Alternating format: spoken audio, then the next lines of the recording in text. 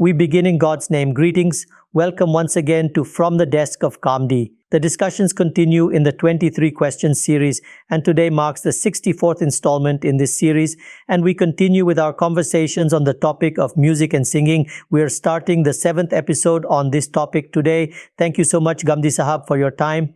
Let's begin. Without any prefatory comments, I want you to resume our ongoing discussion from the point where we last stopped. The Quranic texts have been brought up. It has been recognized that regarding the prohibition of music, it cannot be claimed that this topic has been discussed in the Quran. We were examining the hadith collection with you. A substantial quantity of hadiths exists, many of which have been reviewed. I hope to explore the collection of hadiths that you have organized, where the issue of music and singing is addressed. There, what are the statements attributed to the Prophet, peace be upon him, that you would like to present? Previously, I have shared a hadith with you, where the Prophet, peace be upon him, heard music and allowed others to hear it too. Now, this is the hadith by Buraida Aslami, which we have also sourced from Musnad Ahmad. Its reference is 23,011. Its translation reads, Buraida Aslami, may God be pleased with him, reports that the Prophet, peace be upon him, following a victorious battle, returned with spoils of war. A black slave girl came forth in the presence of the Prophet.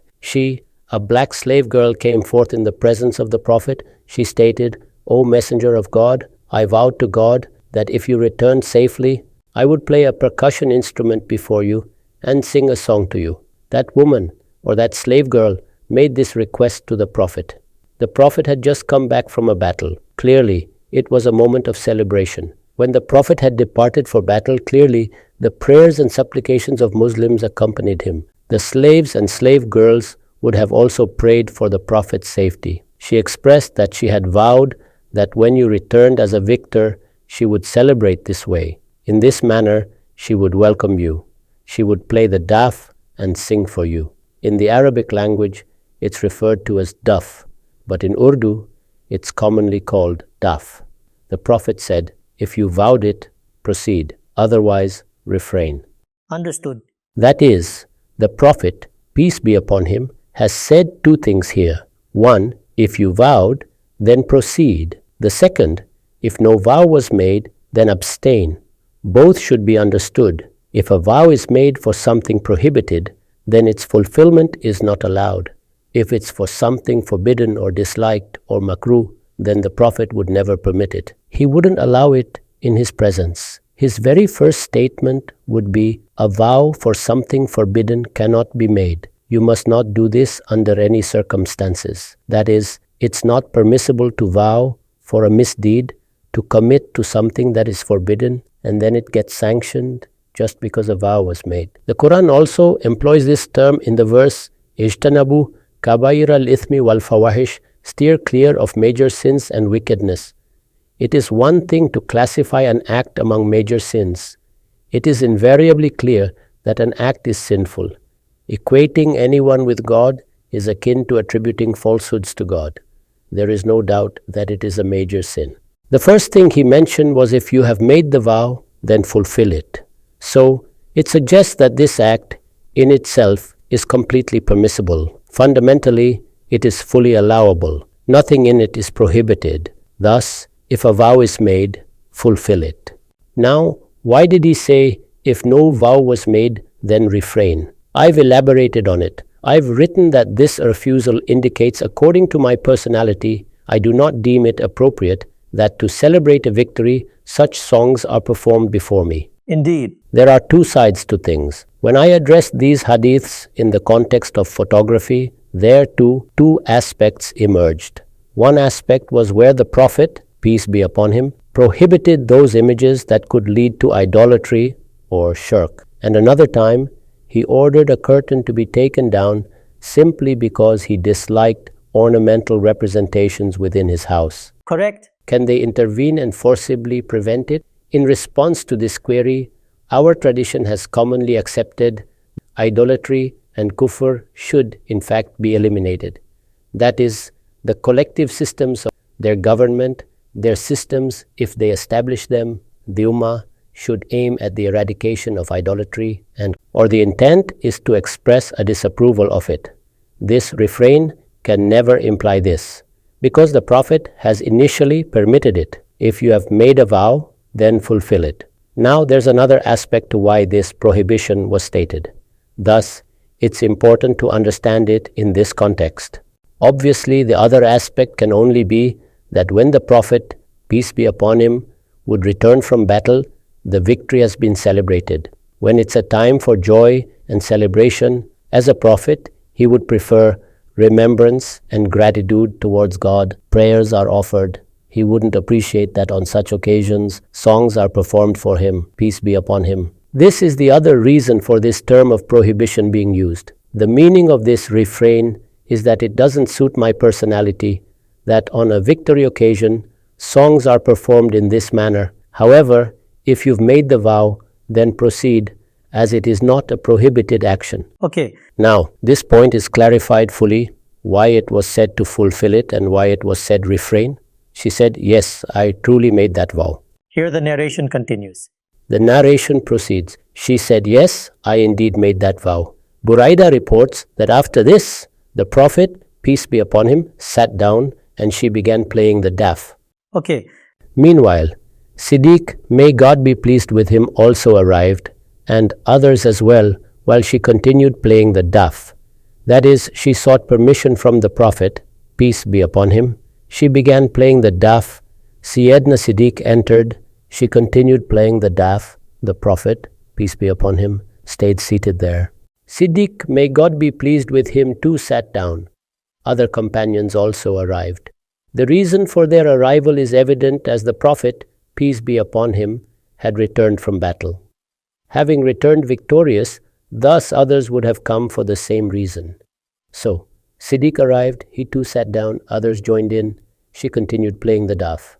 However, when Umar, may God be pleased with him, entered, Buraida, may God be pleased with him, observes that the slave girl had covered herself. She saw, that is, noticed Sayyidina Umar, may God be pleased with him, and when she saw him, she concealed the Duff behind her. The Prophet, upon seeing this, remarked, Umar, only Satan is afraid of you. So now observe what is the initial point. She concealed the Duff behind her. I have expounded on this. It is evident from this that even the slave girls of Medina knew about the strictness of Sayyidina Umar, may God be pleased with him, and his aversion to misconduct and activities that typically lead to immoral behavior, which was so intrinsic to his personality. One perspective is that regarding misconduct, an attitude prevails that it's not too serious. One might overlook it. This can be tolerated among those who are somewhat lax in their faith. Another perspective is that you are stringent and consistently refuse to even tolerate the smallest infractions. Similarly, some activities inherently aren't evil. They are means leading towards sin or deviation. That is, they could potentially lead to something harmful. Thus, one mindset is that one should stay away from such activities as well. Another viewpoint is that people should be cautioned about them. There's no need to absolutely stop everyone under all conditions. Thus, with Sayyidina Umar, in both respects, that is, even for the smallest misdeeds and for activities which might lead to misconduct, a natural strictness was evident, and that too is a facet of personality which sometimes contains a great deal of virtue.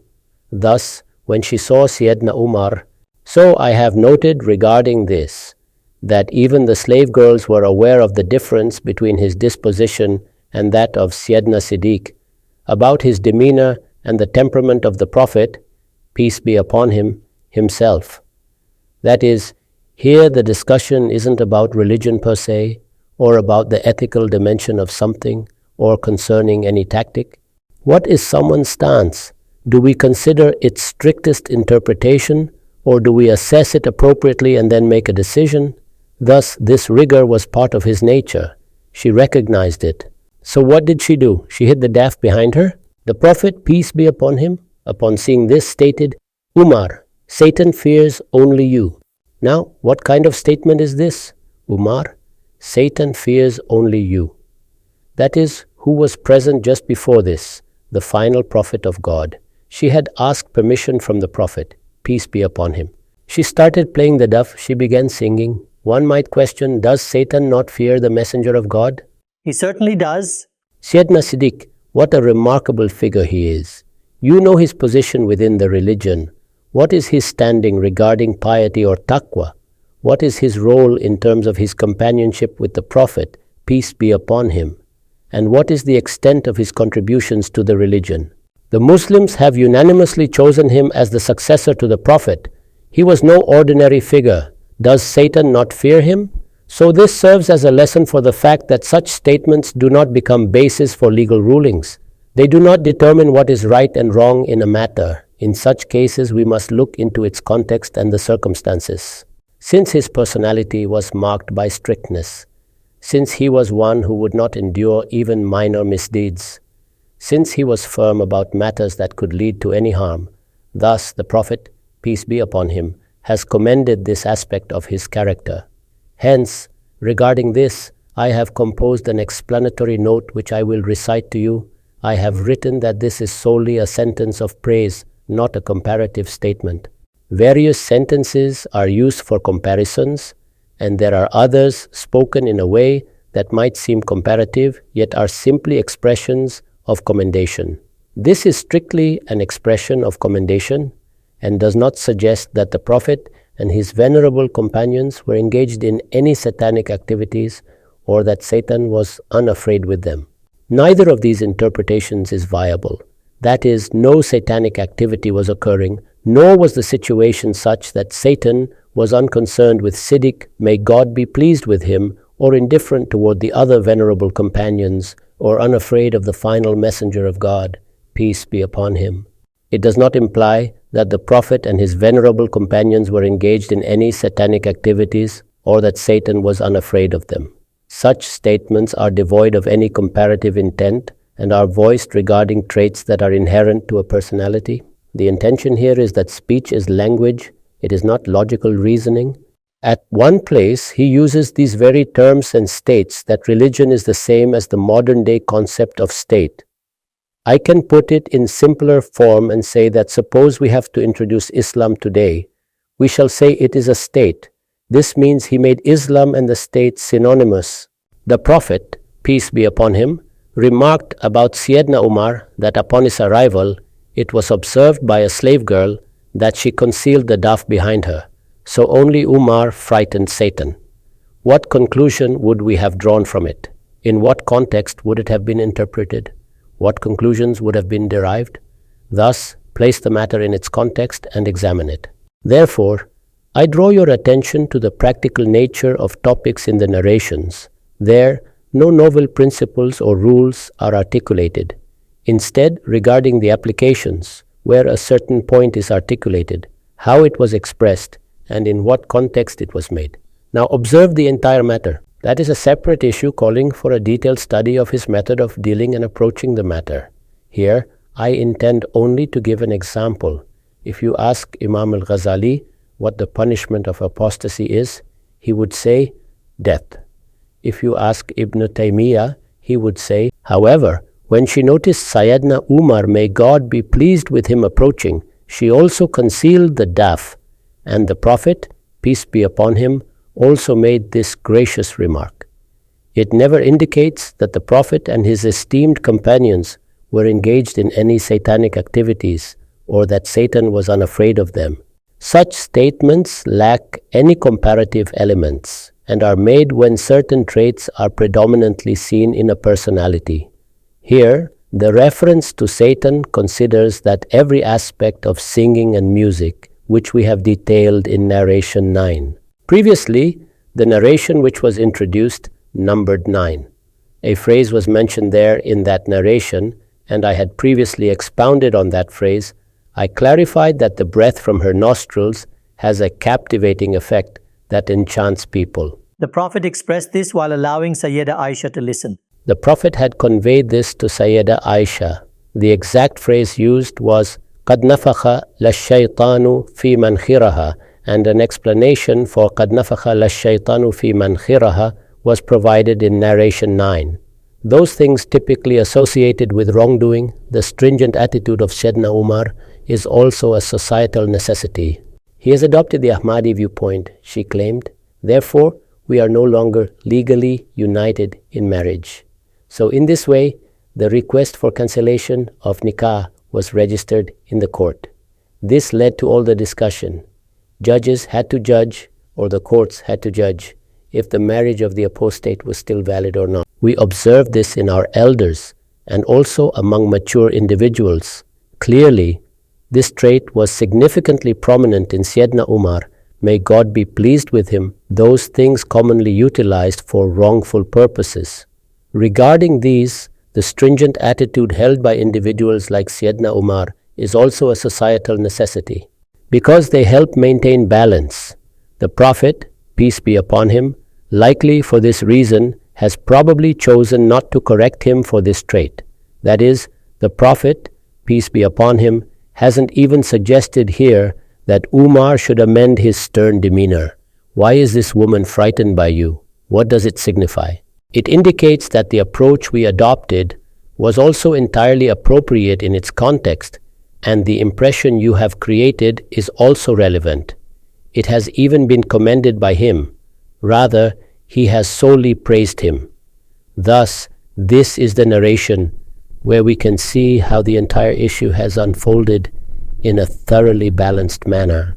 How we have had the chance to comprehend the different styles, and through this, we can conclude that based on the narrations, what considerations should be taken into account when making decisions. We should check if there is an element related to human nature being discussed or concerning the occasion, or if the point is made against a specific backdrop beyond these, to interpret them unconditionally with a certain meaning and to infer prohibitions from them is entirely incorrect. Right. Ghamidi Sahab, the narration you have presented and elucidated in detail each aspect of it, and we have had a chance to learn much. When something is stated in a particular context and setting, how should it be interpreted? Regarding music too, it is argued, had it been forbidden, why then did the Prophet, peace be upon him, permit it on that occasion? I'd like to introduce another perspective to you. From this very narration, some draw a different conclusion. What is your viewpoint on this matter? It is argued, okay, if the Prophet, peace be upon him, listened to it, it was solely the Duff. Thus, our scholars conclude from these narrations that only the Duff is permissible, and aside from the Duff, nothing else is allowed. Therefore, from this narration, as you've extracted an entire philosophy stating it was listened to, the Prophet, peace be upon him, himself permitted it. Had it been prohibited, then this event would not have occurred. The other companions continued listening to it as well. So, what is your position on the permissibility of just the Duff? Their argument would be substantially strong and would be regarded with great respect and importance if the situation had been such that a prohibition had been clearly established from other sources. That is, it would have been evident that this was the only thing prohibited. The Quran has decreed it as prohibited. The Prophet, peace be upon him, has declared it as prohibited. Its prohibition is founded on the principles of human nature. There are no other alternatives or possibilities in it. When your stance is this, then suddenly we encounter a narration where a slave girl is singing and accompanying it with the Duff. Then you might claim that, see, this Duff is an exception. That is, first establish a prohibition from some source, then this would be an exceptional case. And if not, then this argument holds no weight. I draw your attention to other perspectives. Sure. Tell me, isn't it commonly believed that a woman's voice should be veiled? Yes, that's a belief. Here, not only is she a woman, but she is also a singer. Remarkable. She is performing a song. The Prophet, peace be upon him, listened to her. In singing, the voice reaches its utmost beauty. Sayyidina Siddiq also heard her perform. So, if inferences were to be drawn, they should address these points. This deduction is not sound. This argument would be valid if the aim was to establish an exception. Right. Just consider, for instance, it is known from the Prophet, peace be upon him, that silk is forbidden. We understand this on the basis of Quranic principles. Why is it forbidden? Now, on a certain occasion, the Prophet, peace be upon him, permits if a button on your garment is made of silk, it's okay. There's no issue with it. Since the prohibition had been previously clarified, from this, an argument for an exception can be derived. Thus, a counter-argument can be made from it.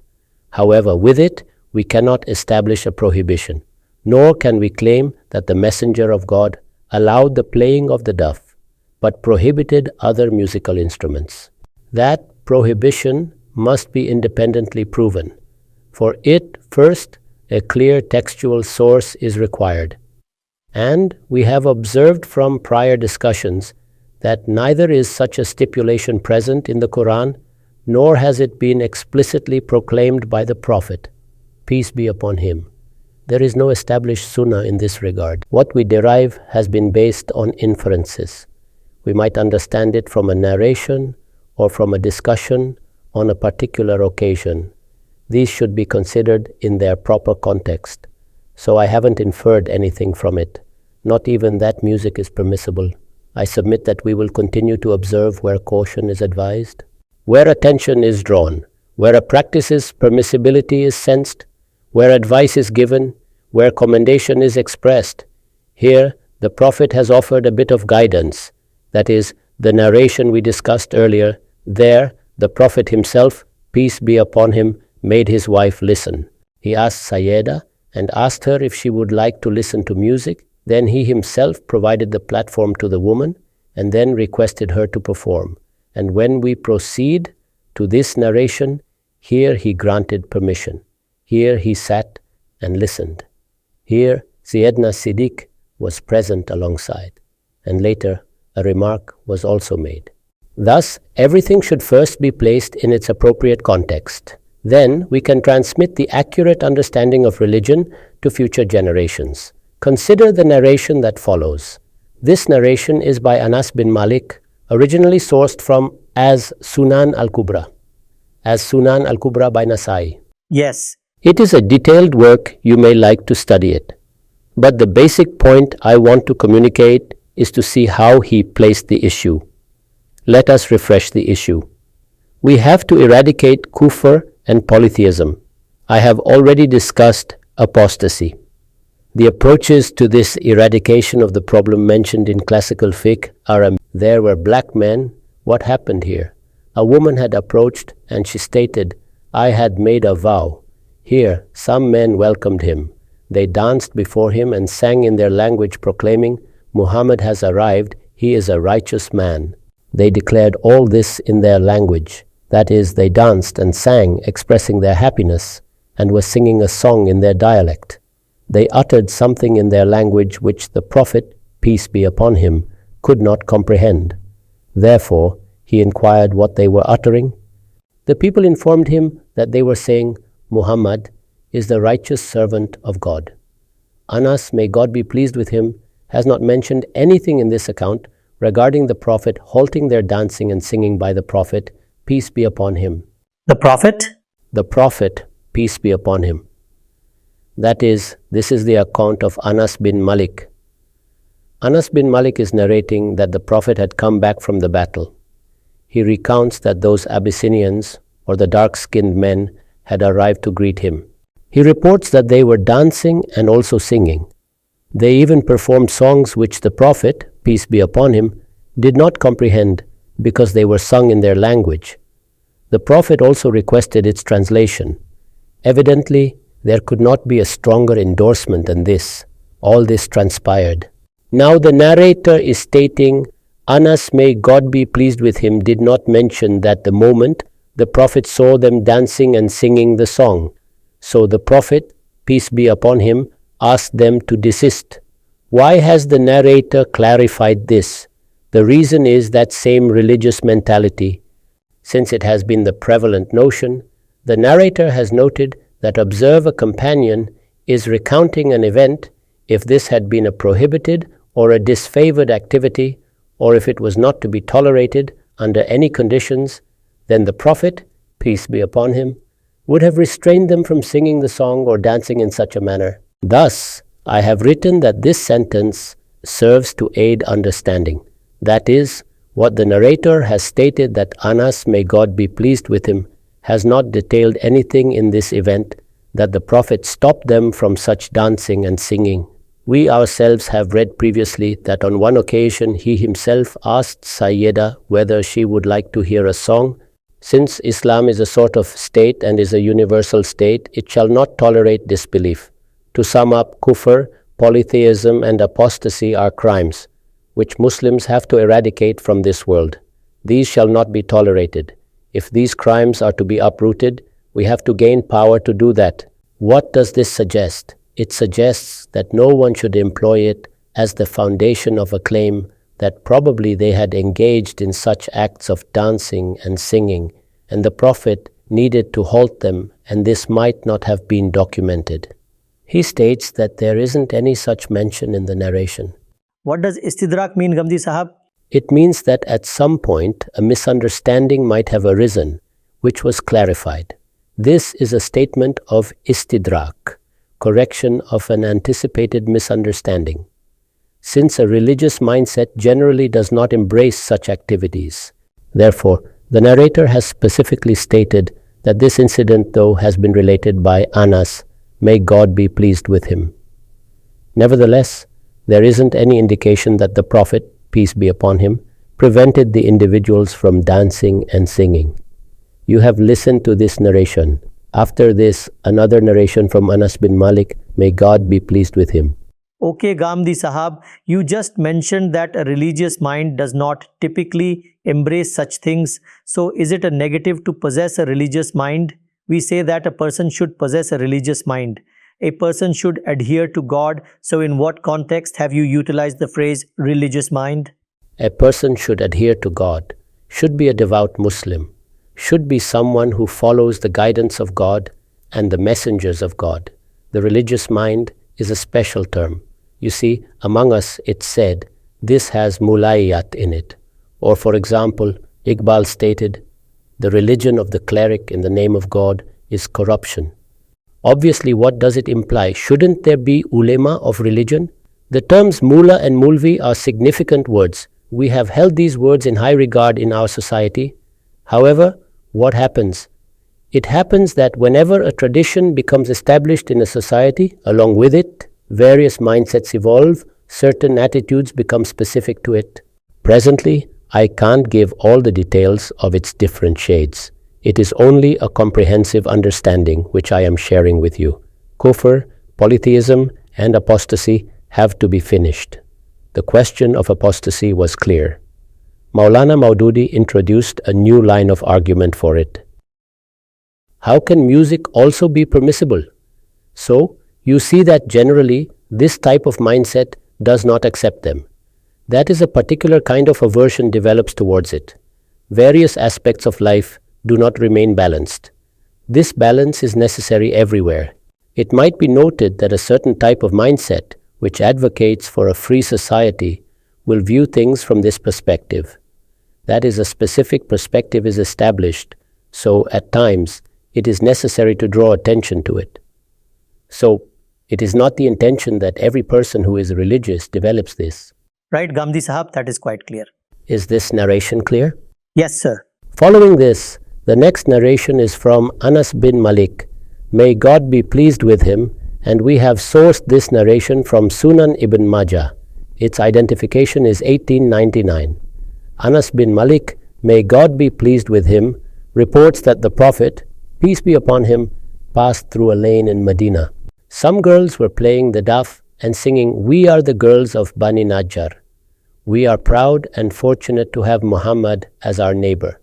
It is evident from the words Muhammad becoming our neighbor that it was the occasion when Muhammad, peace be upon him, had migrated and arrived in Medina.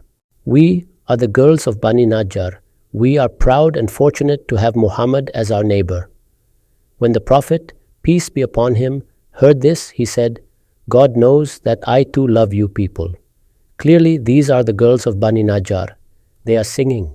The song is still on their lips. They are playing the Duff too. So, this was an ideal time for the Prophet to state that the song you are singing, its lyrics are wonderful and its content is delightful. However, you should neither sing it nor play the Duff along with it. I have previously mentioned that if there already was a prohibition on it, then we would have categorized this as an exception. Neither is there a mention of prohibition, nor did the Prophet, peace be upon him, indicate any concern. And had it been a statement of exception, then it was essential that attention was drawn to the point that do not extend this to make other musical instruments permissible. None of such statements were made. That is, these narrations are considered because we understand what was the context in which the Prophet, peace be upon him, made statements regarding such matters. Clearly, it happened in the street, that is, in the marketplaces and in lanes while he was passing through them, while they were greeting him at the moment the Prophet, peace be upon him, had arrived at that time. It was when the Prophet, peace be upon him, was passing through a lane of Medina, some girls, while playing the Duff, were singing this song, and the Prophet, peace be upon him, commented on it. God knows that I too love you people. That is, it is a statement of affirmation that emerged from the blessed lips of the Prophet, peace be upon him. At that moment, no comments of criticism or disapproval or attention drawing. Nothing of that sort was expressed by the Prophet, peace be upon him. The following narration, we have obtained its text originally from Sunan Ibn Majah. Its identification is 1897. Khalid bin Zakwan states, "We were in Medina on the day of Ashura, and the girls there were playing the Duff and singing songs." This we have mentioned on some occasions, that on the 10th of Muharram, there were some gatherings among the Jews. We were in Medina on the day of Ashura, and the girls there were playing the Duff and singing songs. We observed this and approached Bint Mawaz, may God be pleased with her, and mentioned this to her. Upon hearing this, she recounted that on the day of her marriage, the Prophet, peace be upon him, came to her home in the morning and sat down on her carpet, like the way you are sitting in front of me. He evidently was concerned. Those were young girls, were playing the Duff and singing songs. So she, that is Bint Muawaz, relayed this event to her. She stated that on the day of her marriage, the Prophet, peace be upon him, came to her home in the morning and sat on the carpet, just as you are sitting before me. At that time, 2 girls were beside her, playing the Duff and singing a dirge for the elders martyred at Badr. And they included in their song that at that moment, the Messenger of God is among us, who also knows what will happen tomorrow. That is, the dirge was being sung. For whom was it? The martyrs of the Battle of Badr. The Duff was being played as well, and the verses of the elegy were also recited. And among those, the line also sung by them, which implied that among us is the Messenger of God, who even knows what will transpire tomorrow. That is, the exact words are, وَفِينَا نَبِيٌّ يَعْلَمُ مَا فِي غَدٍ. This line was also vocalized by them. They sang in this way, that among us is the Messenger of God, who even knows what will occur the following day. When the Prophet, peace be upon him, heard this, he stated, "Daughters, do not say this. Only God knows what will occur tomorrow." Now observe that when something objectionable was articulated, how the Prophet, peace be upon him, directed the girl's attention. He stated that you should not say this. Clearly, if playing the Duff was prohibited, if singing was prohibited, if the singing of songs by the girls was prohibited, if any among these was forbidden, then the manner the Prophet, peace be upon him, directed attention in this instance, he would have directed attention to it as well. It is the same point which I have previously articulated, that if music, poetry, or any such similar fine art are utilized for promoting polytheism, for propagating innovations, or are employed to allure people into committing indecencies or vulgarity, then attention will be directed to that specific aspect. That is what occurred here. The music was present. The girls were also singing the song. All these elements were there. However, the aspect which warranted attention, what was it? That they were singing the words, "Among us, that Messenger of God is present, who even knows what will happen tomorrow." The Prophet, peace be upon him, deemed this inappropriate. Thus, he redirected their focus and hence addressed the content of the song lyrics.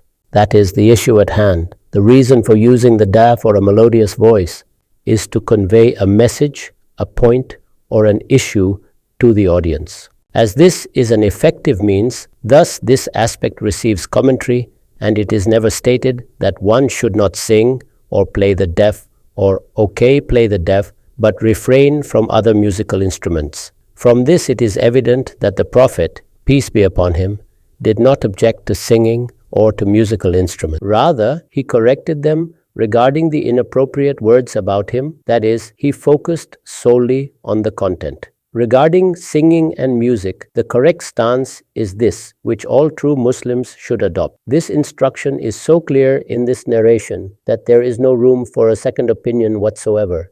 Absolutely correct. Anyone who reflects on it, considering the Prophet's, peace be upon him, approach, will arrive at the same conclusion. To assess whether a song or ghazal is being sung, or something else is being performed, then what is its content? If the content involves aspects of polytheism or innovation, or encourages violating others' rights, it must certainly be halted. Similarly, if the content is vulgar, that too should be criticized. However, fundamentally, neither singing nor playing musical instruments are forbidden. Let's proceed. There's another narration from Sayyida Aisha. It is sourced from Sahih Bukhari. Its number is 5162. Sayyida Aisha, may God be pleased with her, reports that she had been managing a bride's farewell to an Ansari's house. So the Prophet, peace be upon him, asked, Aisha, didn't you have any entertainment? That is, what had she done? She had arranged a bride's farewell. She was being married to an Ansari. She must have been overseeing the event. So she managed her departure, and the Messenger of God inquires, Aisha, didn't you have any form of entertainment? Listen to the original phrase, Ya Aishatu ma kana ma'akum lahu. Originally, the term lahaf has been used. That is, this is the term lahaf about which we have had extensive discussions. The last Messenger of God is asking here, was there no arrangement for lahav? Was there no arrangement for entertainment? What was being inquired about? He remarked, فَإِنَّ الْأَنصَارَ يُعْجِبُهُمْ لِلَّهُ. That is, this bride has been sent to an Ansar's house. They appreciate some singing and music during marriage events. The term lahav is not negative in essence and indicates that on certain occasions it is even recommended. That is, what balance should be maintained in human life. This life is not merely about waking up and performing worship or praying or fasting. It might be perceived by many as the religious life.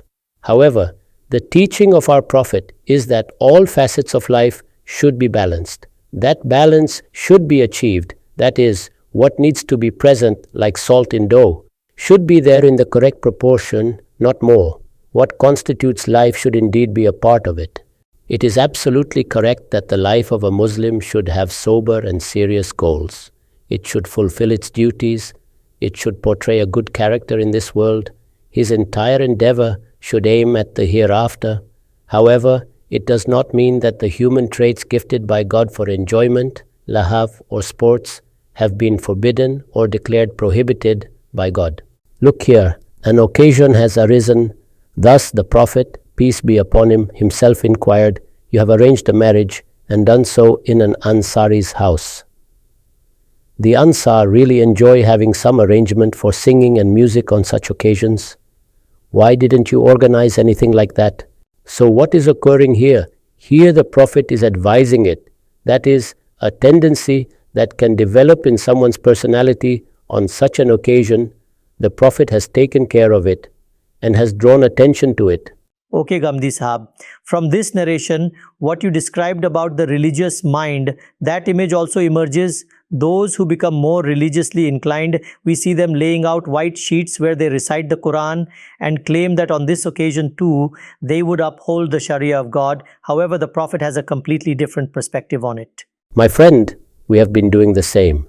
When the proper understanding of the religion wasn't developed, obviously the narrations that were regarded as religious were the ones that shaped our minds, and our actions were reflecting those very notions. However, when all this was studied and the Quran was examined, and we observed how the Prophet, peace be upon him, presented the concept of religion and life in perfect balance, then these truths became apparent. So here the Prophet said this, I have mentioned that after this is the narration from Ibn Abbas. This narration is also taken from Sunan Ibn Majah, and its number is 1900.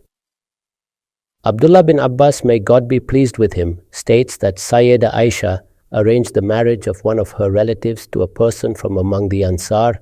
The Prophet, peace be upon him, also attended that occasion and asked the people, "Have you bid farewell to the bride?" The people responded, "Yes, sir." The Prophet inquired whether a singer accompanied her. These are the words of the Prophet, peace be upon him.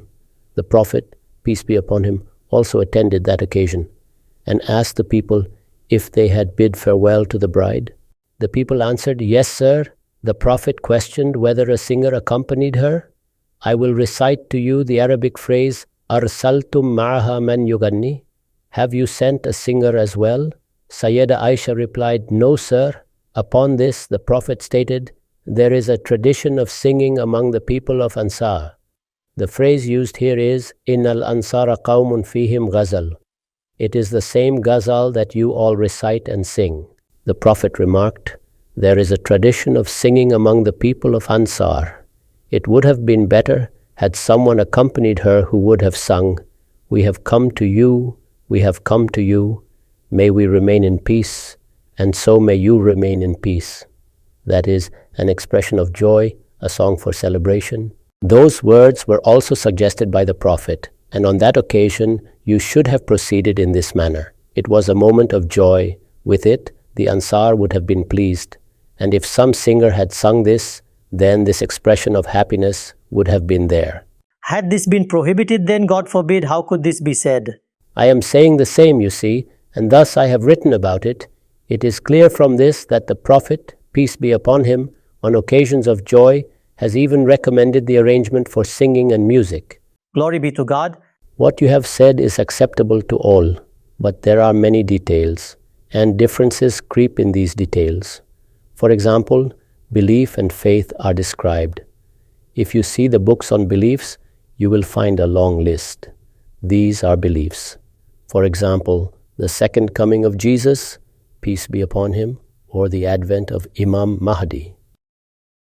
I have mentioned before as well that sometimes the prelude to ballads, with that introduction, the ballad was sung or recited in front of the Prophet, peace be upon him. The ballad of Ka'b bin Zuhair was recited by him himself. Even during the times of Sayyidina Umar, when people wrote or recited these ballads, he said that the naming of a specific woman should not be done for its introductory couplet. However, there was no restriction imposed on writing the prelude. From this we can infer, even though we have seen earlier that his nature was strict too. However, when he became the ruler and held the position of responsibility, then he too struck a balance in this matter. Ghamidi Sahab, what is meant by tashbib?